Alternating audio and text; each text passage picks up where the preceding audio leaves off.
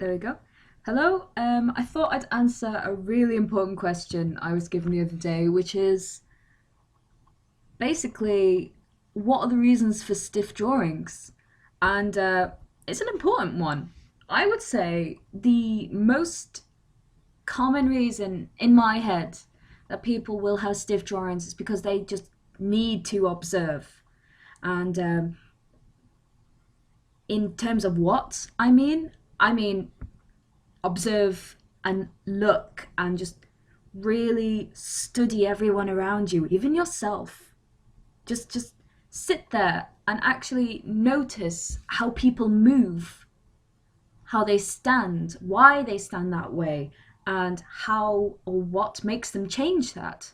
For example, if you have someone who's quite closed off, what kind of relays that in their body language? In general, it would be, say, I see someone on the street waiting for someone, and perhaps their body language says that they're impatient. Why does it say that they're impatient?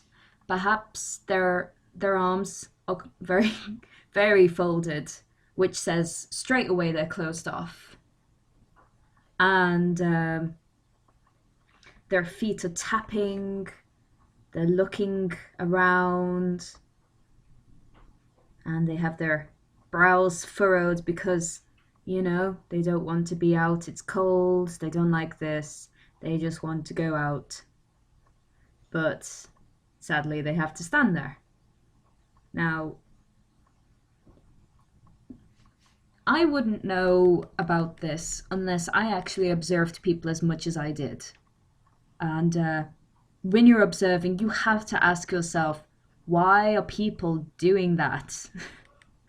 And you never, when you get into observing people properly, you never really switch that off to the point where you will actually concern some people. You might come across as a little bit creepy because you just can't stop looking at people and figuring out why they're doing that. And if they do something that sparks your interest, it's absolutely fascinating.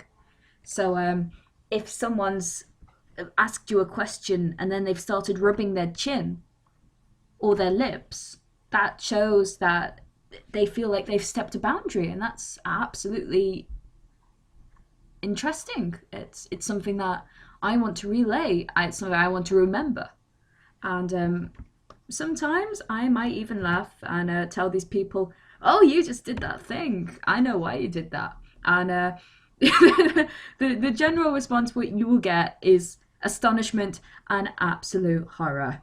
And these are things you have to pick up. I will never. It's so funny to see someone's face when you've pointed out something, and even if it's disbelief, they will still become just so much worse with their closed off body expression. They might they might fidget more. They'll fold their eyebrows. They'll again they'll do it even more with their hands. It will be brushing against their face. Now you might ask, why does this have anything to do with a stiff drawing? The fact is, a drawing is generally stiff because the person has drawn it with no idea what they intend from the person. So if it has a stiff gesture, you can tell because they'll be stood with absolutely nothing to do with anything, the environment or the people around them. They are just stood there. So let's see, you've got these two people here, they're intermingling, and they both seem shifty. They seem shifty because their arms are folded, they're looking at each other quite intensely, and if you were stood looking at them, you'd think, I cannot talk to these people. They're quite closed off and a little bit sneaky. But if I saw someone that was stood in a characteristically stiff pose, one, it feels unnatural because If you're stood stiffly, you're probably having to put some effort into it. If your body is very evenly rested, your arms are at ease, it does not come naturally. As human beings, we are nearly always indicating something with our body language. Same for any living animal. Like, even look here, I find it so hard to draw someone completely stiff. And that's because I've looked at people too much to figure out why I can find someone's, you know, how I can. I'll get right in a second. It's just people, they're not stiff. And when you observe people, you figure that out very quickly. And it becomes to the point where you find it almost impossible to draw someone completely stiffly, completely neutrally, because you know from observing, from critically thinking, that that's not how people work. It's not something that happens in real life unless they're really putting a lot of effort into it. Now, see here, it's so interesting. I have gone from trying to draw someone stiffly in the gesture to having their body slightly distributed, same with their shoulders, and they are looking a little bit uneasy, which is how I feel trying to think about trying to stand in a completely rigid way. Now, there are times when people will stand rigidly, which is usually when they're stood in line in an army. That's just how unnatural standing mechanically straight is. So when you observe people, you understand that. You understand why something comes off as stiff in your drawings. And it's because you are observing and you're thinking and you are remembering and digesting the information of everything around you. And I would say, even if you don't draw, it's just a fascinating thing to do, to observe people around you and just to ask questions and figure out why they do things. So, it becomes a habit. It almost becomes a life choice. And it may be one of the most important things you do when you draw. So if you are finding yourself drawing stiff people, please just observe. Go to a cafe with your friends, observe them creepily, and bring a sketchbook everywhere. I have even brought a sketchbook to clubs before. Now, I don't drink, so I do tend to get quite bored if I'm at a club. It's just not my thing. So I thought one day, a few times, I'm going to bring a sketchbook with me because this is the perfect opportunity to observe hilarious moments that I can draw in my own time. Like, who doesn't want to see drunk people ridiculously failing to flirt with the opposite or same gender? It's hilarious, and what more is, I want to be able to draw that circumstance and have people completely recognize that situation, and maybe it makes them laugh, maybe it makes them cringe and think about something that they've done. But that's what you want as an illustrator. You want to relay information and have people understand it. And that's, if you can do that, it's very hard to come across as stiff. Stiffness to me feels like something, it does not show liveliness, it does not show that it's alive. Even mannequins, they are posed in a way that tries to make them look less stiff.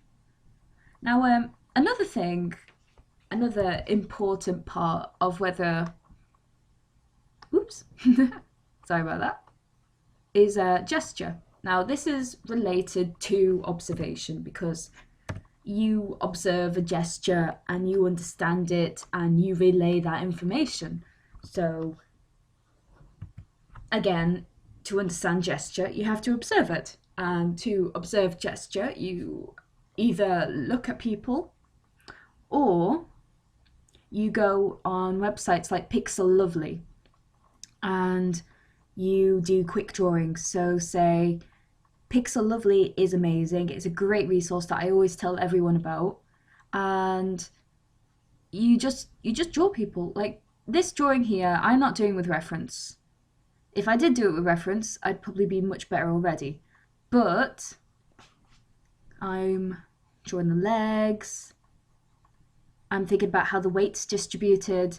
Their arms are out. Why are they out? Probably because they're bulky, and I'm having them look outwards. So that feels quite boring to me. But at the same time, it's still got more life to it than someone who's completely neutral, completely stiff. And gestures are very important things. Even if you're doing them without reference, they are basically the map of a drawing. So if you wish to draw a complex scene, getting the gesture down will instantly make it less stiff. If you have the gesture, then you have something that looks like what it's meant to do, what it's meant to be. If someone sat in a campfire and they're at ease, then if the gesture shows that, you won't go too far wrong when you start doing the details. Which is another thing. Don't do details if you don't have the gesture right. Unless you're very practiced in doing things that look fluid, if you go straight into the detail, I don't understand how you can get it to remain fluid. It will be overworked, and it may come across as losing a lot of life that it would have had you started the gesture and then very carefully thought about what aspects you remain loose and all that. So gesture, they tend to be quite ugly. They are maps, as it were. If you're doing gestures from observation, then you are basically looking to depict and show and understand various parts of the body and how it's posed a certain way, and you're trying to get that down as quickly as possible. So my general thing is, the faster your gesture drawing, the smaller it is. So if you're drawing someone in 30 seconds flat, do not draw a big picture. Do not get like it's great that if you do get really enthusiastic about the tiny details in their eyes and all that, but that comes later. That comes at longer gesture drawings, not the 30 seconds. If you start drawing very pretty eyelashes in a 30-second drawing, you are not going to have the drawing. You are going to have an eyelash, and that's it. It's done. So, if you're doing a gesture, always look at the hands, always look at the feet, the hips, the placement of weight, and get everything down as quickly as possible. You can flesh things up if you have the time to do so. If you don't, then that's your own fault, and you just have to practice and get used to it. So don't be alarmed if your gestures look super ugly. They're kind of meant to. They're not meant to be pretty. They're meant to get a gesture down. It's part of the name. So look at things like Pixel. I think it's Pixel Lovely? Let's say so. Or something like Pixel Castle. Just look up gesture drawing tools. It will do us all a big favour. And there's one thing to remember with gesture. We are social people. That means when we see a person, we look at their face first, especially their eyes, and then we look at their hands. A lot of very important and very well-respected portraits always know that we care about the hands almost as much as we care about the face, and it tends to leave us with this triangle. Because they know that if they position the hands a certain way, they'll position the viewer's eyes a certain way. And that already is quite a clever trick. So remember, if you are drawing your hands behind your back as a means to avoid your hands or having to draw them, don't do it. That's one of the big reasons why it's coming across as stiff, because we're looking for those hands. We don't see them. We don't have a marker for what this person's feeling. It comes across as stiff and unnatural. So keep that in mind. Another thing is, if we've already established the face and the hands, then we will look at the feet. And it is strange, but a lot of cues that we get in people will be to do with their feet. If their feet are pointed in this sort of direction, then it means they're quite open. Someone like that, you feel like you can just talk to them. If you see a group of two people and they both have their feet splayed, they are welcoming you into that group. So keep that in mind. I even just drawing these very loose feet here, it feels like it's part of a conversation that I am part of. If, however, they turn their feet so that you are very blocked out, then you know that this is a conversation just for two people and you are not welcome. So keep that in mind. You lose a lot if you don't look at these landmarks and you don't understand why they're so important. So look at gesture, always notice the same points that I've picked out and try as much as you can to just understand. Again, it's observation, but then you're relaying it. And in terms of relaying, there's another important thing, which is lines. So when you're relaying something and you're using very robotic, very consistent lines like I'm just going to do the tool here. This says to me boring. It says to me stiff. Now, if I was to change the consistency of them, it's already becoming more appealing to me. But if I was to, say, draw some freehand, whilst it may not be too pretty, it is certainly not stiff. It certainly comes across as more interesting to me. And that's another thing. If you are drawing a person and your lines are completely consistent, now you'll have to forgive me, I'm not someone for neat lines. It doesn't naturally come to me. But say all the thickness is the same. All of it is consistently quite thick and quite rudimentary. We are not going to be very impressed by that drawing because it's not saying anything to us. Oh, geez, that's an ugly face. Maybe because of the line problem. But if you're drawing lines, just think anywhere that the light is hitting is going to have a smaller, if not completely gone, line. Because it makes no sense for there to be a line. There's no shadow for which to describe. So just, if you think about that, and you know, your thicker lines or the areas of shadow and all that, it should be more interesting. And also think of your lines in a more painterly manner. I don't know, I always find that that's going to be nicer to look at in the first place. And it defines the form more, and it can come across as quite loose and exciting, all that. So keep that in mind. And also, another important thing is, I feel like it comes under lines. It comes under mark making in the very least. If you are getting caught into details, it is probably going to make your drawings more flat. And that's because you're not relaying the information you should do, and you're paying too much detail in things that you don't need. So that's why drawings that are quite sketchy will feel more lively, and they leave more parts to remember, more parts open for you to understand and to fill in yourself. So keep that in mind. Things, as a rule of thumb, things that are messy, things that aren't even and aren't consistent do feel more lively, even and less stiff, even if, say, it doesn't work as much or as well or as prettily as something that is stiff but very detailed.